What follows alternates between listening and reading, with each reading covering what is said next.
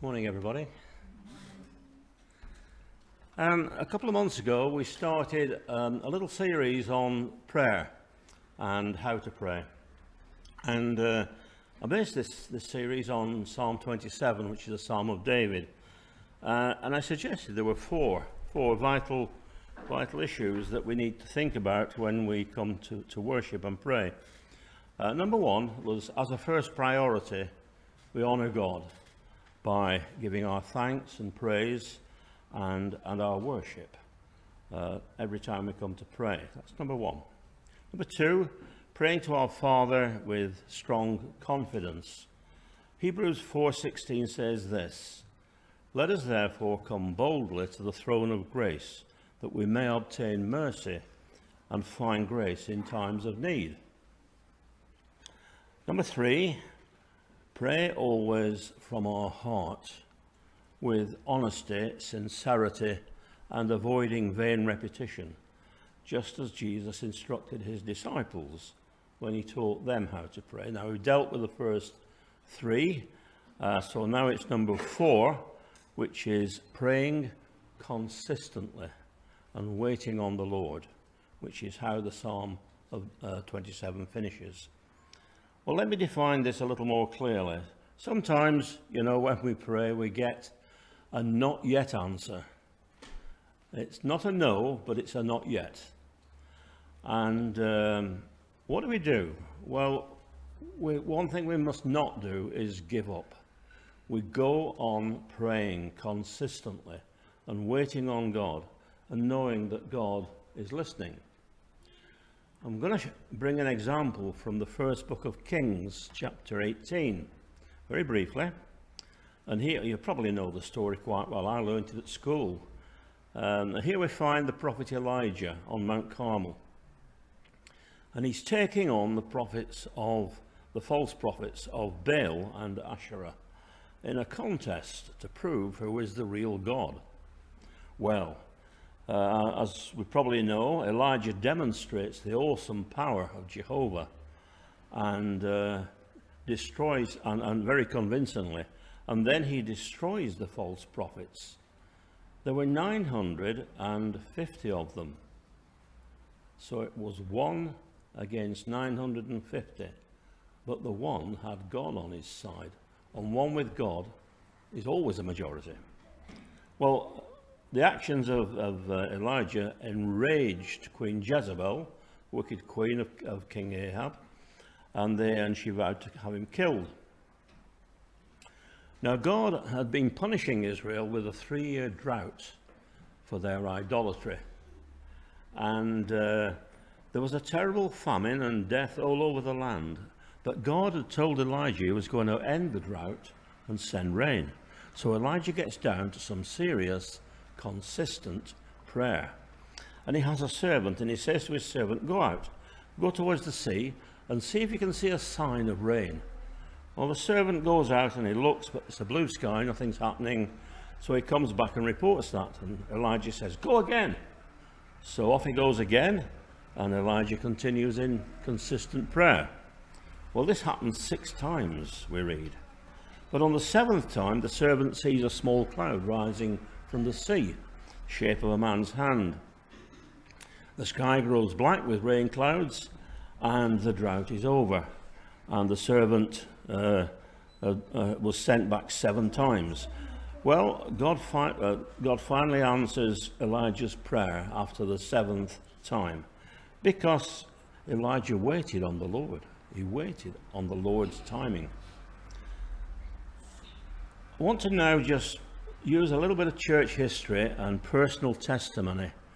Whenever someone says personal testimony, I sort of cringe, because I think, they're going to start talking about themselves. There's no other way to do it. If you're doing personal testimony, unfortunately, you have to talk about yourself.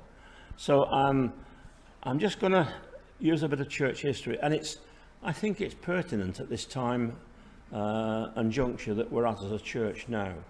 We're at a crossroads, aren't we, as a church? Well, I'm looking back 52 years to 1969. And at that time, this church I have to tell you, was struggling to survive. We were down to just 8 members. They were very worrying times. Our deacon, Joe, had suddenly had a change of heart. He had resigned from the church and leaving us shocked and bewildered. The building was in a terrible state. We had no money. We're a bit better off today, I think, but we had no leader either. There was a man who attended the church at that time. He wasn't a member, and he wasn't a very nice man either. But he said to me, rather smugly, with a smile, "I'll give you 6 months, Frank, and then the church will close down." And that stung me. And I said to him, "No, it won't. Not if it's not that. If it's God's plan for the church to stay open, it'll stay open." Well, he just laughed. Well, the church did stay open because God had his own plans for Peel Street in 1969. Also, the 8 remaining members refused to accept it was God's purpose for this church to close. We knew what the solution was. We needed a pastor. Hadn't had a pastor for 30 years. 30 years of itinerant ministry. And I'm not saying a word against those men who came and preached. Dick Eccles was one, Brian's father, who came along and preached faithfully Sunday by Sunday. But we needed a pastor. The big question was, how do we call one? How do we call one? None of us knew. And crucially, if we did call one, how would we support one? The thing I remember most about that time was the strong faith we all felt. We really believed that God would save the church, because only he could. So we worked and we prayed. How long? 7 years. 7 years we prayed consistently. And then God's plan became clear. As we started praying, God started working. He converted his man out of the world. He trained his man. He prepared his man. And he also trained us to be prepared for when he was going to bring him. God got everything ready and in place in his time. And at exactly the right time, God sent the man of his choice. And this was God's plan and God's timing and God's purpose. And God's plans don't fail. That's for sure. So in 1976, 7 years later, Malcolm McGregor came here to be our pastor. And the miracles started to happen. Be in no doubt, they were miracles. We saw them. We lived through them. They weren't Malcolm's miracles, they were God's miracles. God's provision for this church was amazing. Mature Christian brothers and sisters came in, strengthening and building up the church. Mick and Sarah were 2 of them. And it was incredible, and it was effective. And Malcolm was our pastor for 22 years. What a time that was. So what does this teach us? Well, it teaches us this. Simply, we must wait on the Lord, wait on his provision, wait on his promises, wait on his timing, and keep praying consistently. Well, I said I wanted to add some personal testimony. I'll try to be brief, which will be a first for me. I attended the Sunday school here every week as a young child and then as a young boy. My teacher was a godly man called Roland Hanson. Later he became church deacon, and Roland was a wonderful, wonderful servant all throughout the war years and afterwards in Peel Street Church. He was a truly godly man. But in 1949, when I was 13 and a stroppy teenager, I got fed up with church, and I said, I'm not going anymore. And I turned away. I walked away, turned my back on God. 5 years later, when I was 18, I did 2 years national service in Germany, in the army, and I learned discipline. I was demobbed in 1956, aged 20, now a young man, and still had no interest in God or church or anything. I was walking on Abbey Street up there with my dad one Saturday afternoon, and who should I meet? Roland Hanson was coming the other way. And, well, we stopped and we chatted, and Roland beamed with pleasure as we chatted. But then he spoke to me very seriously. And he said this, and I've never forgotten it. He said, "Well, Frank, I'm really glad to see you. But when are you coming back to church?" Well, I kind of smiled, and I said, "Well, I like Roland. I didn't want to offend him." And I said, "I don't think that will be happening, Roland. I'm all grown up now. I'm 20. And his reply to me surprised me, to say the least.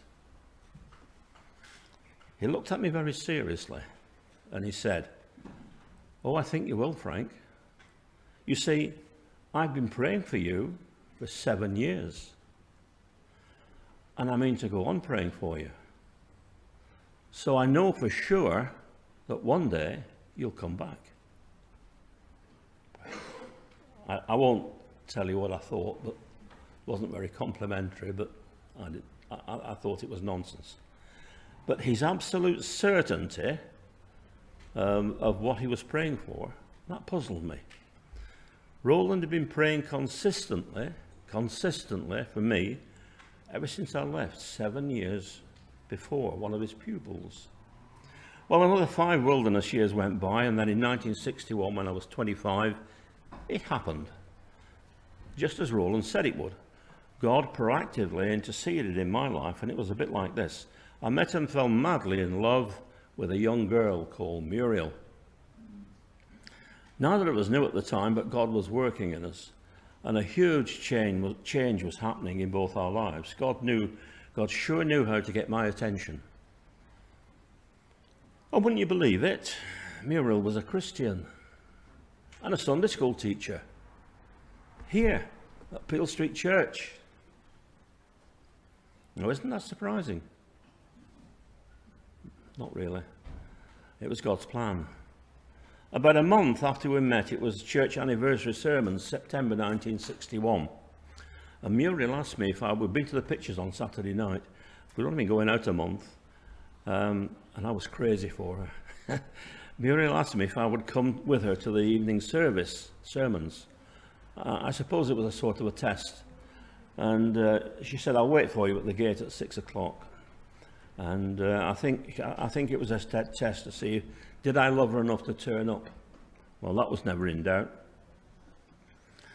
So I did. I came down and met her, and we walked into the chapel together, sat together, worshipped together. And yes, a few heads turned, and look who Muriel's brought. But I knew Roland's consistent prayers were answered at last, and God had brought me back. Muriel and I were married 12 months later. A few years later, Roland died and went to glory. But during those years, he taught me a great deal. He trained me a lot before that happened.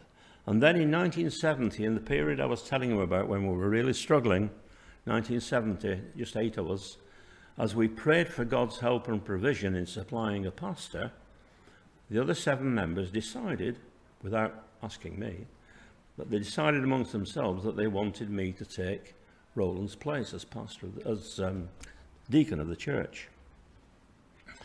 Then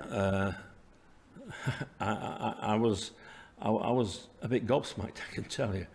The boy who 21 years before, in 1949, had walked away, rejected God. It was a big job, and it scared me big time. But you see, I wasn't sure I could do it.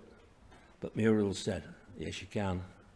And I believed her, because she was usually right, and she was this time. I certainly know I couldn't have done it without the love and support and encouragement she gave me, along with God's blessing, of course. So we prayed consistently, just 8 trusting people, for 7 years. Then in 1976, God sent us a pastor of his choice. Malcolm McGregor came with Jean, his lovely wife, and their children, and God supplied our every need. Mark that. We wondered how we were going to manage. Well, we didn't need to worry. God supplied our needs. So how do we apply all this to finish? Are you praying for someone or something? I think most of us probably are. Many of us have unsaved children or grandchildren. But we have to accept God has his own timetable. And we must pray consistently and wait on the Lord, even if it means going again 7 times or 70 times 7. So remember the 4 points for prayer: giving thanks and praise first, priority; coming confidently to God, to the throne of grace; being honest and sincere; and praying consistently and waiting on the Lord, just like Elijah. Thank you for listening.